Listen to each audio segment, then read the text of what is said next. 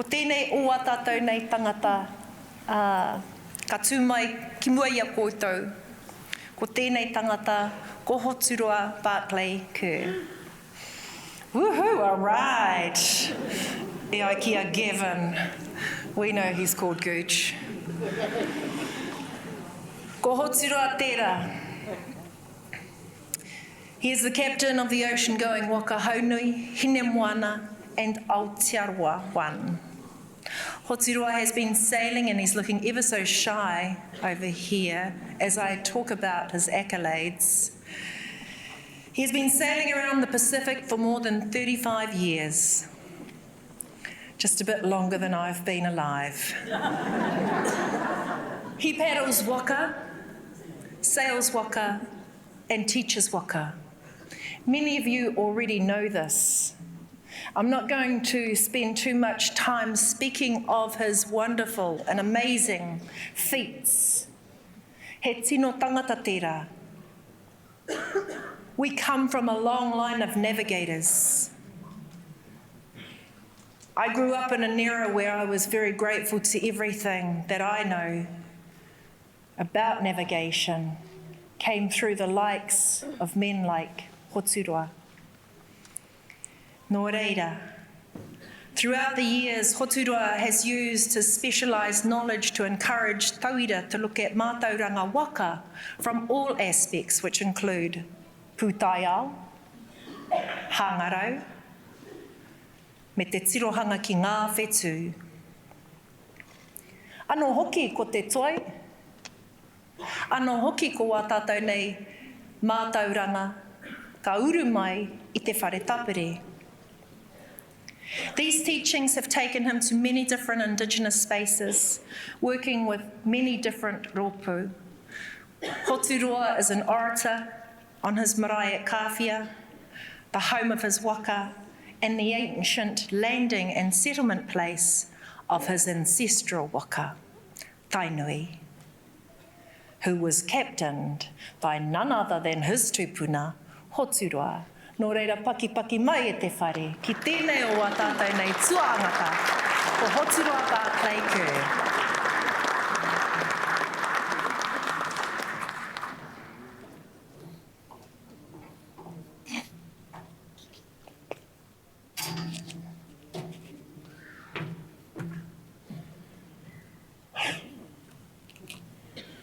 Kia ora tātou. Mihi ana ki tō tātou whare. Ki te moana i wahora, ki ngā iwi o tēnei rohe, i tēnei rangi whakahirahire, whakahuihui nei a tātou. Hoi anō, kua tau mai nei i runga anō i te tono o taku whanaunga Watson, kia whai wāhi, kia tū ake nei i tēnei rangi, kia koro hia e tehi atu o ngā me kipe he whaka roa ake i era o ngā moe ai whakatagotoa ki tāmaki i tērā M9 ra. Nō reira me pērā pēr te kōrero. Ka tahi ono nei mātai hoki mai i Vanuatu i te rāhoroi nei. I runga no i te te aua kaupapa pērā ki ngā koro Mercia. Hea e tehi o ngā kaupapa o tēnei me te waka. Nei tai ake mātou ki reira, tuatahi ki te tūtaki haere ki ngā iwi o tērā whenua, he whakapapa o rātou e hāngai ana ki a tātou te Māori. Ka huorite ngā wāhango, e tehi wāhango o rātou reo, engari kua āhua ngaro haere a rātou mahi whakatere waka. Nō reiri tai ake ki reiri runga i tērā āhua, noho tahi o rātou taha. Ka tahi ka kimi i tētehi huara i hei noho i o rātou taha, ki te whakaara ake anō i nei mai ki o rātou taha. Hoi anō, ko tēnei me te waka, me ki pēr ko tēnei. He momo ngira hei tui haere i ngā mautere o te moana nui ākiwa. Hei whakakotahi nei a tātou. he kohi ngā kōrero, he titiro hoki ki ngā āhuatanga o te ao o tātou tūpuna, e rapu kaha nei tātou, tau iwi hoki no te mea, he mahanga tangata i nāne e titiro ana ki a tātou mai, e mōhio ana, kei kora e tehi hua, hei whakaora i te iwi whānui. Koe anō, anei, ko o tātou tūpari haere mai ki Aotearoa nei i runga i e rā waka. Koe ra te tauira nui e tui nei a tātou o te moana nui a kewa. Koe anō, kia whakaroa ke ki e rā haerenga mai a o tātou tūpari. A kōro rā tātou e whakarongo ki ngā waiata, ki ngā kōrero me e rā āhuatanga a rātou haere rungi te moana nui a kiwa. Koe anō, me a te whakaaro tātou, nā te aha rātou i whakaaro me rapu whenua. Hea ngā take, i noho rātou ki tētahi pai whenua, ka tahi rātou ka whakaaro. Tērā pē he whenua kei tērā pito o te moana. E hari te mea, i noho noi ho rātou ki te takutai moana ka whakaaro. E hana koe a pupo. Hi ana koe te haere ki te huri haere te moana nui. Koe anō ko tā rātou he noho, he rangahau, he whakaaro i ngā tuhu o te ao i mua tono i a rātou. Nā, koina, ko kite au e te hoi nei toi, ka noa ki e te o ngā wāhi tahiti i rarotonga, ka rongo au i te tangi o e te o tātou manu Aotearoa nei. Hea hai, ko hai rātou ki reira i te hotoke, tatari kia raumati anō ko hoki mai ki kone. Nā, koera, e tehi momo o tauira pēra, e tehi tohu pēra ka tahi nei o tātou tūpura ka whakaaro, tērā pēra no te me he manu tēnei no te ngahere, kāre kore he ngahere anō kei Tūhoe pai. Tahi rātou ka titiro, ka whakaaro ake, o me haere pērā tātou. Tērā pē te wā tuatahi ko tahi wiki noiho pē te roa, kāre kiti te whenua, hoki mai. Ka whakaaro, hei tērā tau, ka rua wiki pē te roa te haere, hoki mai. A muri aki tērā pē ka ki te whenua rātou. Nā, koina, ko te oku tino kaupapa, ko te whakatūturu i era āhuatanga ao tātou tūpuna, ne? Kia kaua tētehi ki nā te waimari anake i tai ake o tātou tūpuna ki Aotearoa ne. Ne, e hara i te pēra. Nā te kaha ao tātou tūpuna ki te titiro haere ki ngā mea katoa te ao ka tahi rātou ka whakahanei. Whakarite he waka, ka haere tātou ki te titiro. Nā koe rā tā mātou mahi i tēnei wā. He rapu haere i ngā kōrero, i ngā mahi ao tātou tūpuna, ka tahi ka mahi āringa nei i rungi te waka. Tō mātou waimari i te oro tonu tētehi kraua o taua wai o te moana nui a kiwa, ko Micronesia te taua wai. Nā, i tētehi motu, tiro pakapaku, ko Sarawak o te ingoa, i reira tētehi kraua e mahi tonu ana i tēnei mai, te whakatere waka. I te taku wā tuatai haere au ki Hawaii ki te ako i enei mahi ko ia te kraua i reira e whakaako ana i te hunga e hihi ana ki tēnei mai. Te rahi o tōna motu e whenei ana. Pea he nui ake te roto i waho ake nei i tana mautere. Toru rau tangata e noho ana ki reira. Ko tana mahi, ia wahango te tau he whakatere i tētehi e tehi waka ki tērā pito o te moana, ki tērā pito o te moana, tērā pito o te moana, ki te kohi kai. Ka whakahoki mai hei whanga i tana iwi. Nō reira, me mohi o te tangata nei ki ana mai. Ka kite tātou i roto i enei mai, he momo tūranga rangatira tō te moana, he tūranga rangatira tō te whenua. Ka pau haere ngā kai o te whenua, ka tai te rangatira o te whenua ke ki atu ki te rangatira o te moana. E hoa, ka kākoe ki te haere ki te rapu kai mātātai. Nā, koera tana mahi, he haerere, haerere, haerere. Kawe haere i tana iwi ki te kohi kai. Koea no, ka tai ki te tehi wā, nā te kuhu mai o e tehi atu mana, pēnei ngā mea o Amerika, ka tahi rātou ka tai ia rua toru marama me o rātou kaipuke, ka waiho tia he ika, he huka, he parawa, era mea ka toa ki reira, ko kore te hunga e hihia ki te whakatere waka. Hea hai, māma ake te noho ki te kāinga. He ua rawa te haere i rungi te moana, noho ki te kāinga a tōna waka tai mai nei tāngata me ngā kai hei whanga i a tātou. Kora te whakaro i tupu ake. Nā tērā i ngaro haere tēnei mahi. Pēnei a tātou. Ni Aotearoa nei, i pērā te ahu Aotearoa nei no te mea te tainga mai o tātou tūpuna ki konei. Te nui o ngā rākau, te maha o ngā ika, ngā manu era mea katoa, ngā rawa o tēnei whenua, ka pau te wā, kare take o te hoki ki Hawaii. Māma ake te noho ki konei. Pērā no ki o tātou whanaungi ahi teira e rawai, haere ki reira. Te whakaro nui kia hoki mai, engari a tōna wā ko noho ke rātou ki reira. Ana, ko tātou tērā, anā ko e rā aua tangata i roto o Micronesia, pērā hoki, nā i hihia tēnei kraua kia tuku atu i ōna mātauranga, ki e tehi atu o te moana nui a ki wai hihian. Ko mātau e rā. I whiwhi i enei kōrero, i enei mai.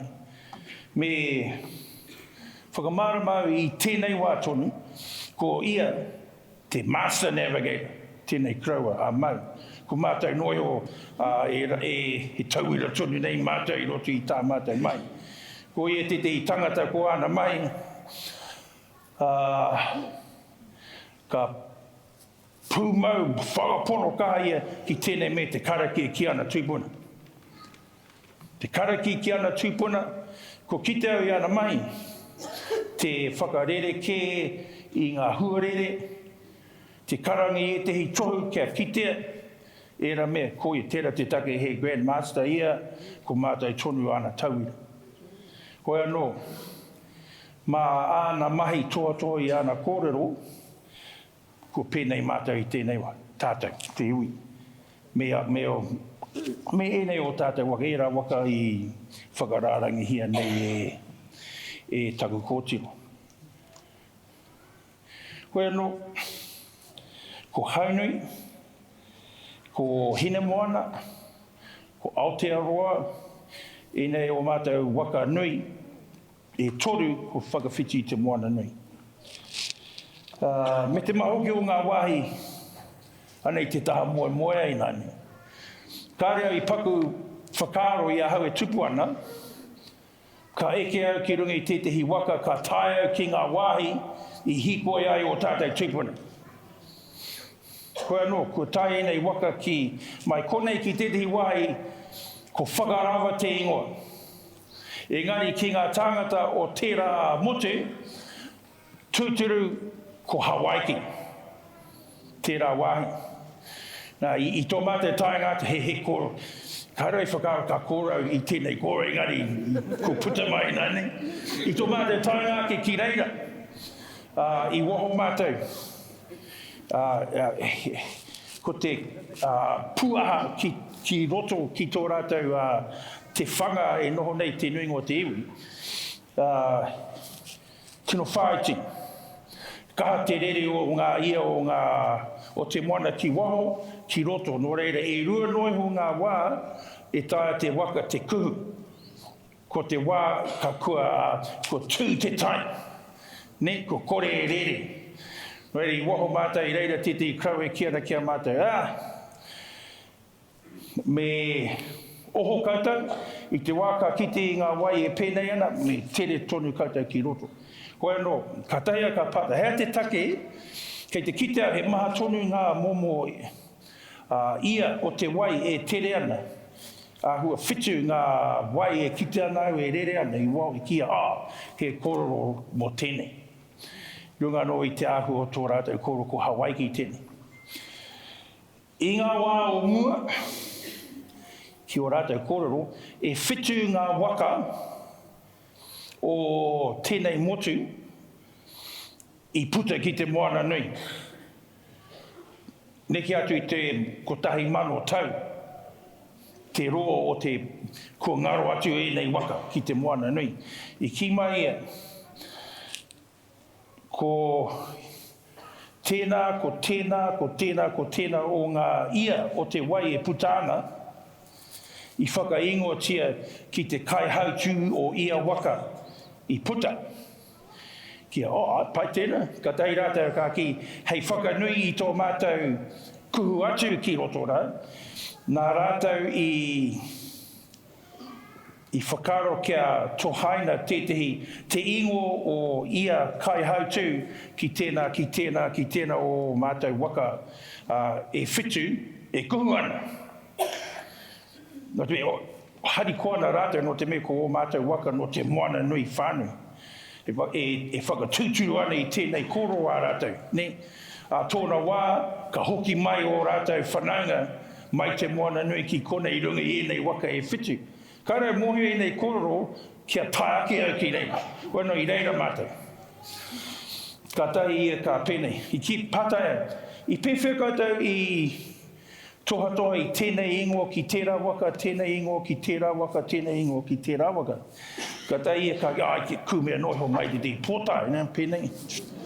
Tēnei waka, whawhai tēnei waka, ko utoni aro tēnei tangata no te mataua Māori. Engari, te mea i whakamiharo ake i te iwi, i te wā i kumea ake te ingo o Haunui, ko te tūpuna i kumea mai te pōtai ko Hoturua tana ingoa. I miharo katoa rātou. Nā tērā ka tahi rātou ka kaha noho kōrero tahi mo te ahu o ngā kōrero tawhito me ngā waka o tō rātou kāinga. Nā ko kitea i ahau e haerere ana i te moana nui ākiwa.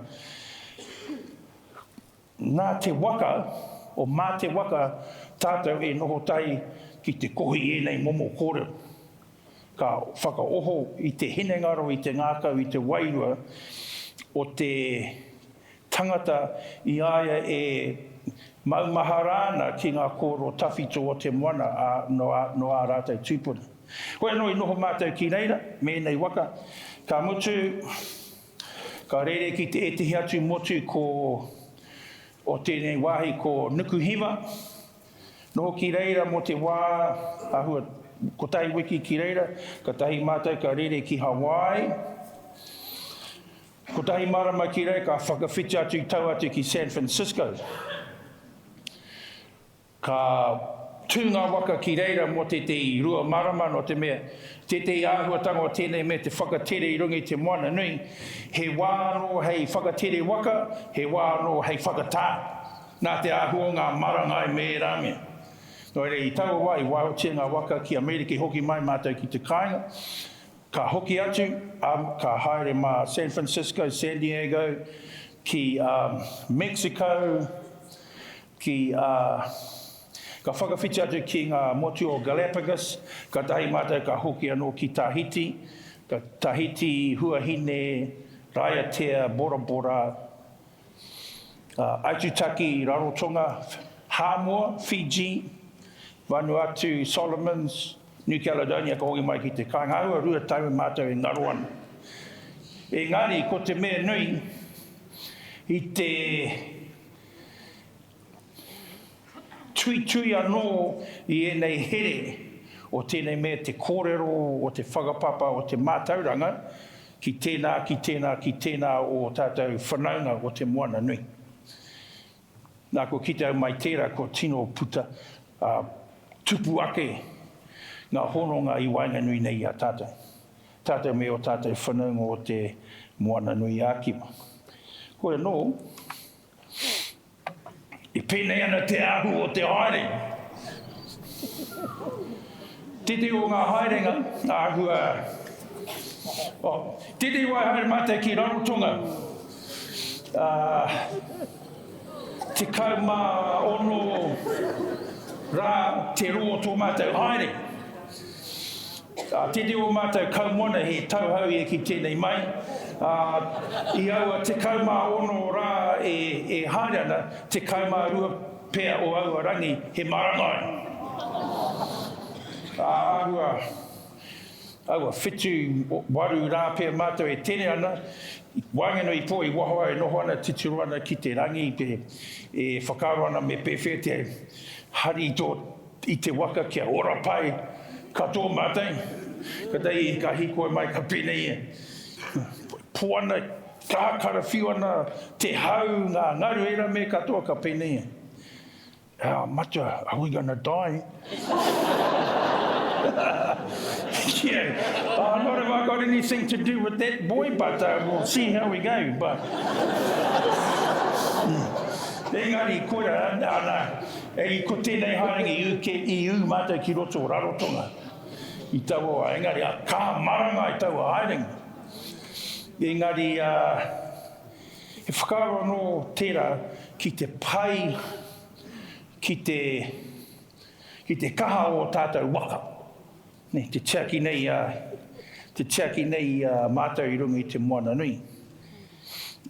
Te tehi wai ki mai taua tama. What's that you're doing when you go up the front of the waka? And kia, just having a bit of a quarrel with our tupunas. He go ki mai, but I can't see any here. Neither can I, but I know they're listening. Well, no, kora hoki te te mea ko kite au, ka kaha marangai, ka tahi te tangata, ka aro pai ki tēnei me te karakia. Te aro ngā moana pera, ko kite au. I ngā ata, ka karakia, i te o mātou, karea ka ki te hunga kara. Ai, me oho koe ki te karakia ko. Ka noho au, ka mai aku karakia, ia ata, ia ai. Marangai, o katoa ngā tāngata ki te noho i taku tā. Koe anō, koe pē te o ngā tino wero, mā tātou hehanga marangai e pēhinei o tātou waka. Tēnei waka te mātauranga. Whakarohi ake no te mea ko ki te koutou, kei te ora tonu au, kei te ora tonu taku waka. Kaue waiho mā e tehi maranga, e tehi hau, whio, e tehi atu tāngata, e pēhinei a koutou. Ki te kaha moe a tātou, nā me ka tahi nei tātou ka kite i e te hua nui. I timataka me tau aua kupu, me taua koro kāreo i paku whakaro ka pēnei rawa tōku ao. Ia hau e tupu ana. Kāreo i paku whakaro ka tae ki enei motu katoa o te moana nui ākiwi. Kāreo i paku whakaro ko tēnei te āhua o te nuinga o ngā waka i tau mai ai o tātou tupuna ki Aotearoa. Hea, po he au i a hau e tupu ana, ko tētahi waka pēnei te waka taua. Engari nā taku haere ki tā wāhi ki ngā mautere o te moana nui a kiwa, ka tahi au ka kiti enei momo waka, ka whakapono ai no te mea i mui te tanga mai o tātou tupuna ki Aotearoa, no Hāmoa, no Rarotonga, no Tonga, no era pito o te moana nui rātou. No reira ko ngā waka ka whakaterengi e rātou, he waka pēra. Pēnei ki enei toko tonu. Me taku whakaro anō i a hau e tupu ana, kārau i paku whakaro ka kite au e toru o ngā waka pēnei e tau ana i te wā i ko tahi. Mamaharau i te tau whitu te kau. Tahi rau iwa mano whitu te kau. I hoea te waka taua te winika ki runga i te moana o Waitemata. I Rūātoki i au e noho ana i taua wa me taku, i te tau taku papa, ka tahi e ka whakaoho i a mātou, moata i te atakake, Kei te haere tātou ki Tamaki Makaurau i kia. Hea ai i kia. Kei te hoia e tehi o whanau o tūranga waiwai i tetehi waka taua i te rānei. Toru karaka i te ata, mata i wehe i Rūātoki, tai atu ki Okahu. I reiri kia ki taku matua i taua wā. Hea te take i whakaohokoi a mātou. Kia pēnei raua te haere. Ko tāna e ki ana i te mataku i he wehi nōna e kore rawa no tērā me e kitea. Nā mai taua wā ki tēnei wā e tere haere nei mātou, ko tino piki ake te kēmu, ne? Nā koera o mātou waka whakatere haere i te moana nui. A Haunui, a Hinemoana and Aotearoa. Ko tēnei tō mātou kraua, te tangata no roto o Micronesia i whakaako nei a mātou. Me e tehi o nā mahi mātou hei whainga. Ko te mea nui, ko te mahi, ne? Pai tonu te noho te tui puka me rame, ko te mea nui, ko te mahi. Engari, ko te raru, ka pōhehe ngā tāna katoa, he māmā noi o tēnei mahi te whakatere waka ki wiwi ki wawa. Ngā āhua nui, he mahi whakapau pūtea tēnei mai. Tino whakapau pūtea. Te kai, te whāngai i tō iwi e haere ana, ngā utu mo te kuhu atu ki roto i tetehi whenua, ka tae koe ki tetehi wāhi, he utu ki te tau ki te wāpu, ka mahi koe ngā pepa pēnei te waka rererangi, era mea katoa nani. Koe anō, koera te āhua o ngā mahi i tēnei wā, koera pēr te take i tehi wā ka āhua mataku nei tātou, ki te whakaaraki i enei kaupapa waka hei tauira whakaako i a tātou tamariki. Ka whakaarata, te whakapau pūtea, me tēnei mea te rams. Ne? Rams. Koera.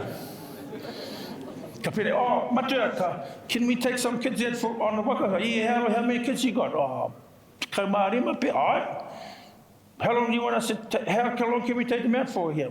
Tahi wiki bear? All right. Can you fill out this RAMS form? Yeah, makate whakaki ni, kia mātou policies, anei. Whakaki au whakahoki a mai kia mātou. Engari, koera hoki e tehi mea e pēhi nei a tātou e tehi wā. Ko ngā ture. Ko e ture pai, engari, ko kitau e tehi wā, ka pānui ai te tehi mea. Pene. Ahua common sense tērā. Koera ngā weo. Ni.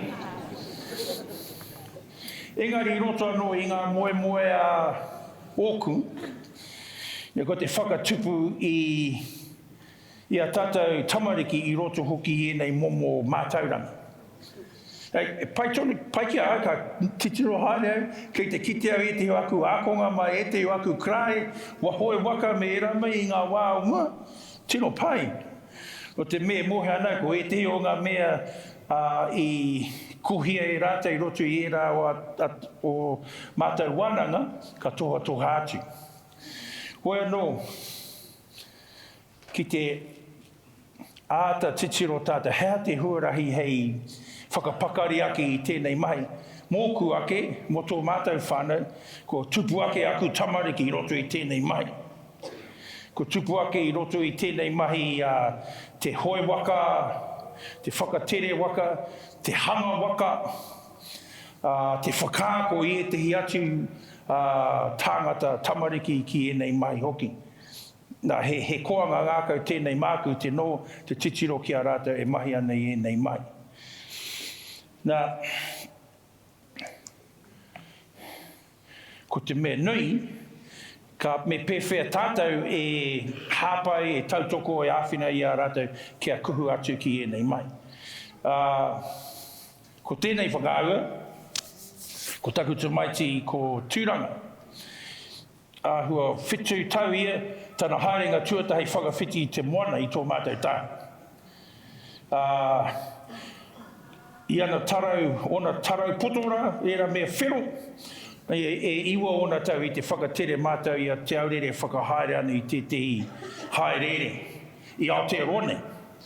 Tērā mea tuarua, te kaumā whā ona tau, I te whakamātau I tetehi waka mai hāmo whakahoki mai ki Aotearoa. I wā mai o tetehi tangata ki hawi ki. We've got this canoe, but no one knows how it will go yet. Would you be keen to test it and sell it back to New Zealand? Yeah, aye.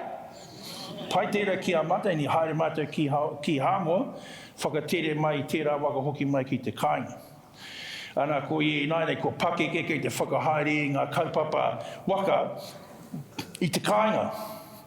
Engari, ko kuhu atu, o ko kuhu mai, e tehi mahi nāne I te taho te awa, I te moana, ngā mahi pūtaia. Ko ia tērā e whakahaere ana, ko e te o koutou o konei, ko o koutou tamariki haere mai ana ki nei kaupapa, I kirikiri roa. Ka haere mai rātou ka hoe waka, ka titiro ki te ahu o te wai, ki ngā rākau, e rā mea katoa o te taia. Nā kua hiki nāke tēnei mahi hoe waka, ki te huarahi whakaako tamariki. Tētehi huarahi whakaoho mātauranga. Tētehi huarahi hei whakarere ke I ngā whakaro o tēnā, o ngā tāngata e titiro mai ana, kia kaua rātou e whakaro ko te hoe waka he mahi whakahangahau angake. He mahi tūturu. Kare o tātou tūpuna I whakatere mai Hawaii ki Aotearoa hei kori noiho. Ne, he mahi nui tērā. Nā kōra no, nā ko tātou mahi nāne mea o tātou waka he rapu I ngā huarahi kia me pewhia tātou e hāpai I ngā kaupapa nui o te marautanga, a tātou ake marautanga hoki.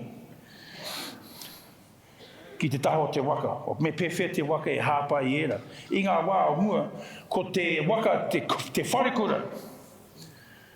Ka haere mai koe ki te waka, ka ako koe ngā mai whakairo, tui, raranga, ngā koro mo te taiao, te whakatō kai, te kohi kai, te teaki kai. Era mea katoa. Mā te waka tērā e ārahi. Nore me āta whakaro tātou, me pewhia ngā waka, o tātou waka, e hāpai I tēnei kaupapa I roto I o tātou kura. Nā ko te mea I nānei, e whakakoa nei te ngākau, ko tāku mokupuna tērā I nānei. E hoia. Tana mai tuatai I hoha ia, engari ko tana mai tuatai I hoa tuai te I pāke te kia, e no koe ki rau nei, ringi hia ngā wai. Pēnei. Nā ka tupu ake, ara kei ko ia tērā, e hoia nei rungi I te tāhere tiki, te waka o tana tupuna, I runga I te awa o Waikato. Nā, mā tērā, ko pēnei ake tana tupu, I roto I te ao waka. Mōhua nei e ki ngā mahi, I runga I te waka haura, Mōhua nei ki te here I ngā wahanga o te waka. Mōhua nei ea I te hi o ngā waiata. E rā ahua tāng katoa. Ka tonu e te tohu e te hi tāngata hoki, e te iwa. Nā te roa tana noho I taku tā. Engari, koera pē te huarahi pai mo te maha o a tātou tamariki, kia noho tahi I roto I tēnei momo āhuatanga, ka kite rata. Mai mahara I tētahi wā, koe te o ngā tamariki o rākaumangi, kōra ki ara tiki. Ei, pewhena te ahu o tō tuhi, pewhena te ahu o mahi pāngarau, e rā mahi ki rā. A matua ka mātai mahi tērā mai no te mea ko te pāngarau e hara tētahi mahi nā o tātou tūpuna. Ka tai I pēnei ki ara, no koe ki kora, ka noha ki kone. Nānei, me pupuri koe te mihini, ka pupuri, te GPS.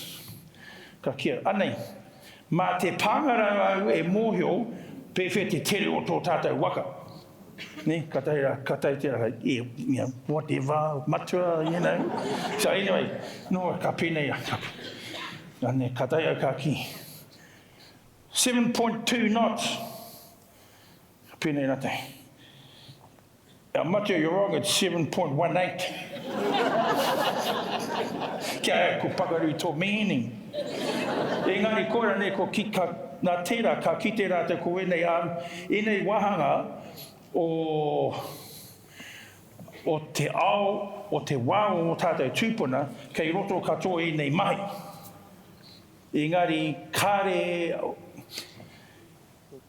tātou kura e kaha, nā te here mehe rā aruatanga, ki te tuku mai ngā tamariki kia kite i enei mea, i roto i te ao Māori.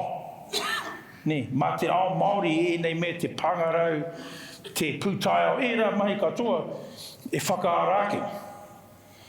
Engari kei te tohe tonu tātou, ki enei āhuatanga.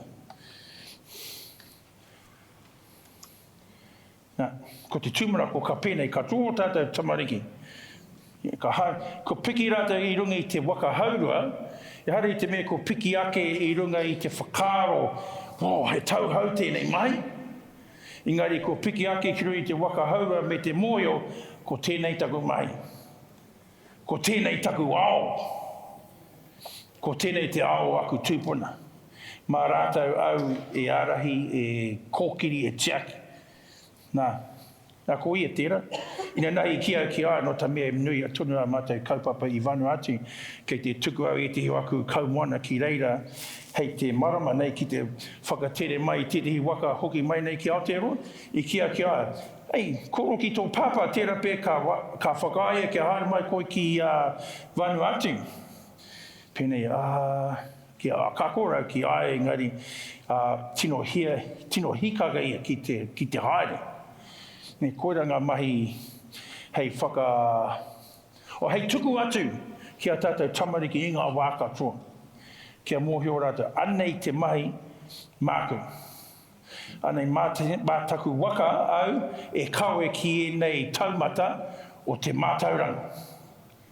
Mātaku waka au e kawe ki te ao aku tūpuna, ki te ao mārama hoki.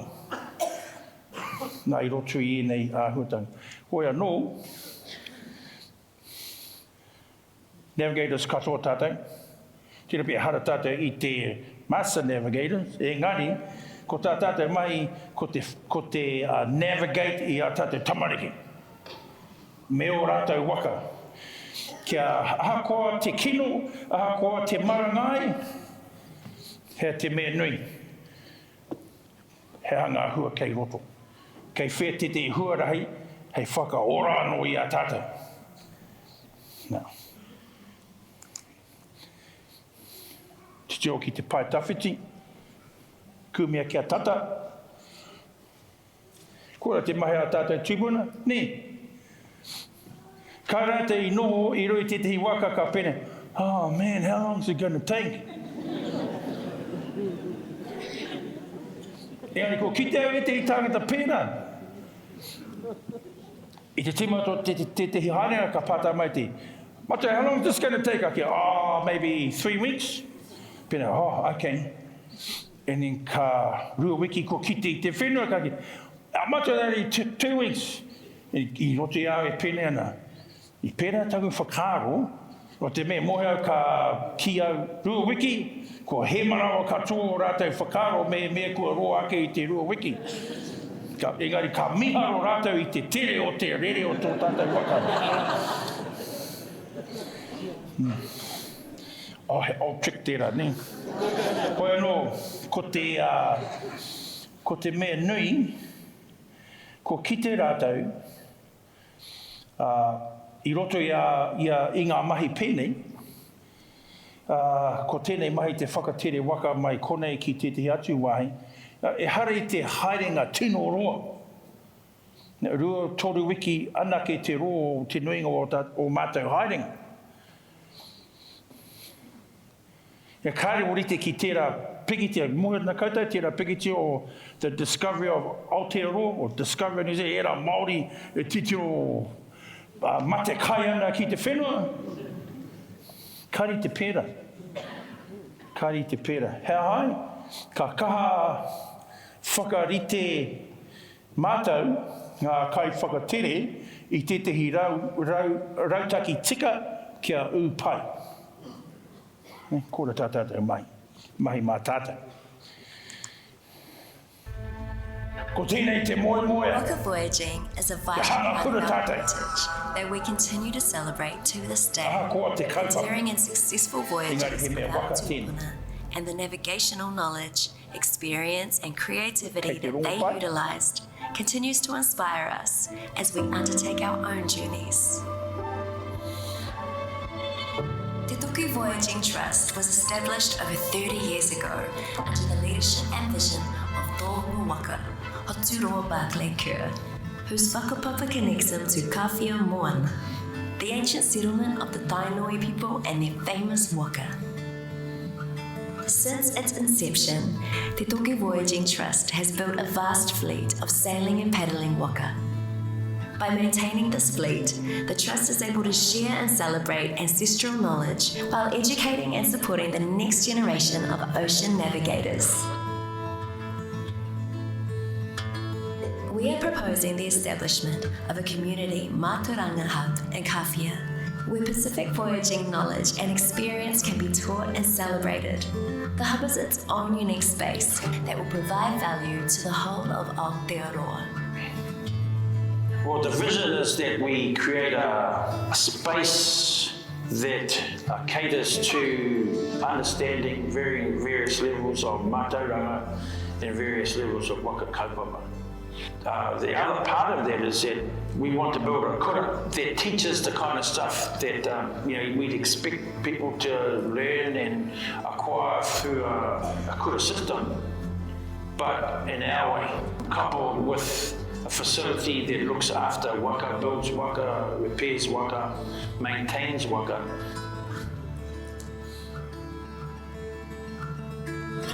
These are the important spaces and features that we wish to bring to life.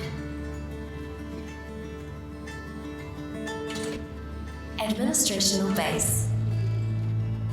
A space to facilitate and organise all Te Tūhoe Voyaging Trust operations and waka kaupapa.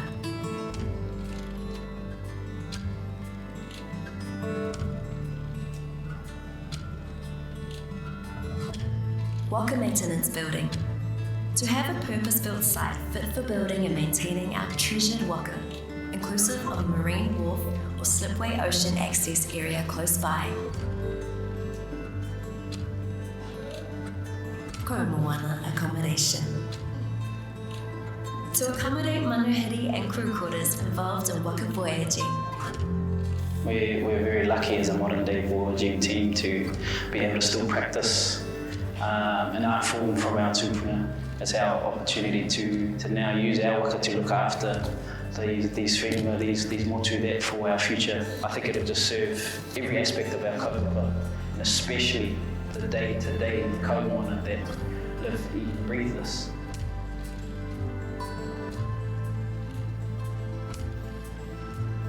Whare building.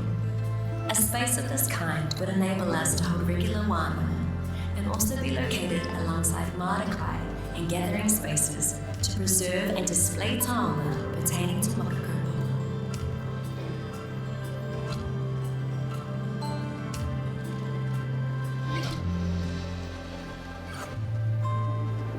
Aotearoa One custom-built vessel, waka, haurua and space.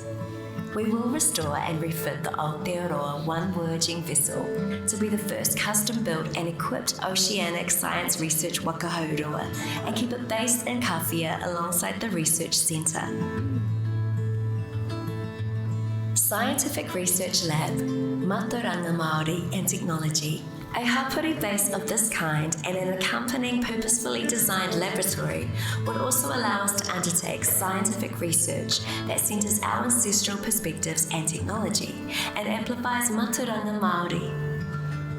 I am genuinely excited to see some of that mainstream research being approached from a kaupapa Māori basis. So when I think about that, I think, yes, there's the day-to-day waka life, but you also have this incredible capacity to bring indigenously placed leaders from all around the world into this centralised facility where we can then harness the momentum of that leadership in these different settings. Kura whakaupapa waka e mātauranga Māori. Parallel to our community Mātauranga Hub, we aspire to establish a kura that delivers a curriculum wholly based on kaupapa waka, Mātauranga Māori and te reo Māori. The sole purpose of this is about reclaiming that space. Real learning comes through lived experience, and we wish to push that through our mātanga and expertise amongst our seasoned sailors, navigators and experienced waka voyagers. People now in other countries around the world, they will want to know how the Indigenous people do things, because it seems that what Indigenous people do works, and it's a matter of how do we have a kura, how do we have a place to look after waka, how do we have a place to accommodate and look after crew, paddlers, waka builders, all of that kind of stuff. That's the kind of vision we have, and that's what we're hoping to build.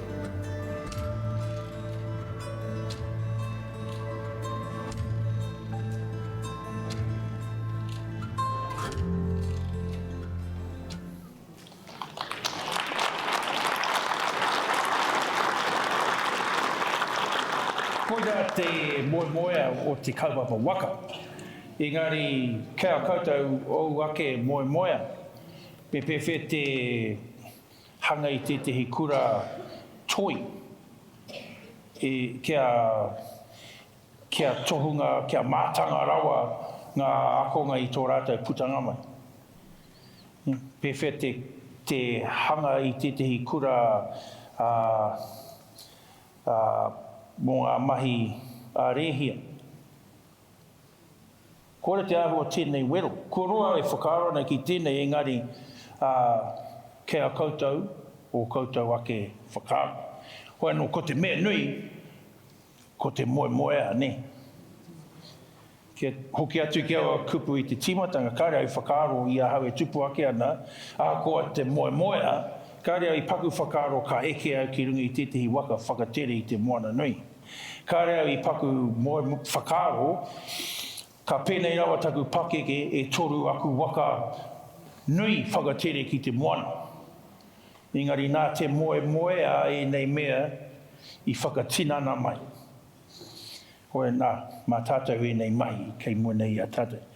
Me pewhi a tātou e hāpai a tātou rangatahi. Me pewhi a tātou e kimi I ngā huarahi hei whakaoho I nei mea I roto hoki nei I a tātou rangatahi. Me pewhi a tātou e mai pene I ngā kupu o taku kuia nei. Nā, ki te moe au ko au anake, engari, anei tātou, kia kaha tātou. Kia kaha te moe ka tae tātou. Ko anō, mihi ana kia tātou I tēnei rā. Ka nui te mihi kia koutou, I tēnei rangi, pai I tēnei rangi a tāhua, tērā koutou, tēnā koutou, tēnā tātou.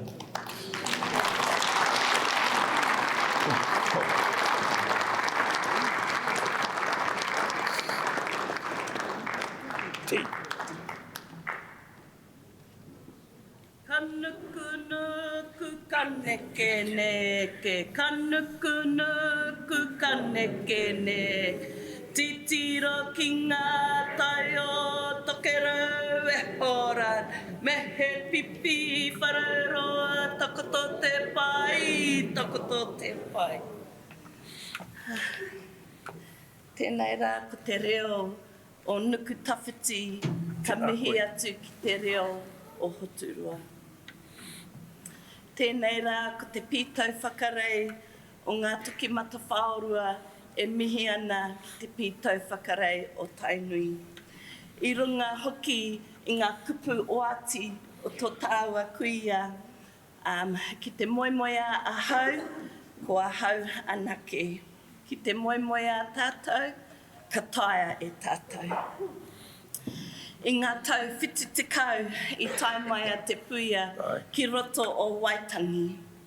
Me te pātai atu ki ngā kaumātua. E ngā puhi, kei hea tō koutou mana, kei hea tō koutou waka. I runga I te whakaaro nui o te puia, I tuku ia piri pautapu, ki te whakaero, ki te tārai, I tōku waka tūpuna a ngā toki matawhaorua. Tēnei ahau e mihi ana. Tēnā koe.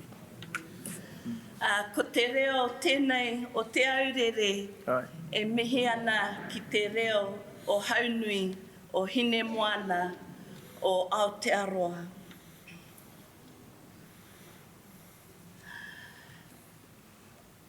Mō e te taniwha hikuroa o te piko o Waikato. I whakawātea tō ao ki te whakaki I ngā puna mātauranga o tēnei hunga e hia kai ana ki tō mātauranga.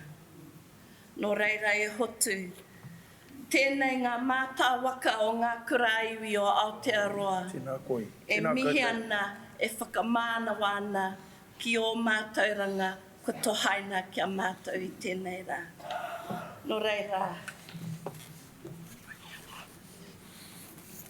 he koha tēnei māu, mā tō whānau pia, mā tāua. Mo te whakawātea I tō ao te haramai ki te kōrero kia mātou. Nō reira, e mihi nui ana ki a koe hotu, tēnei ahau e tūpau ana ki mua ia. Tēnā koe. Tēnā koe.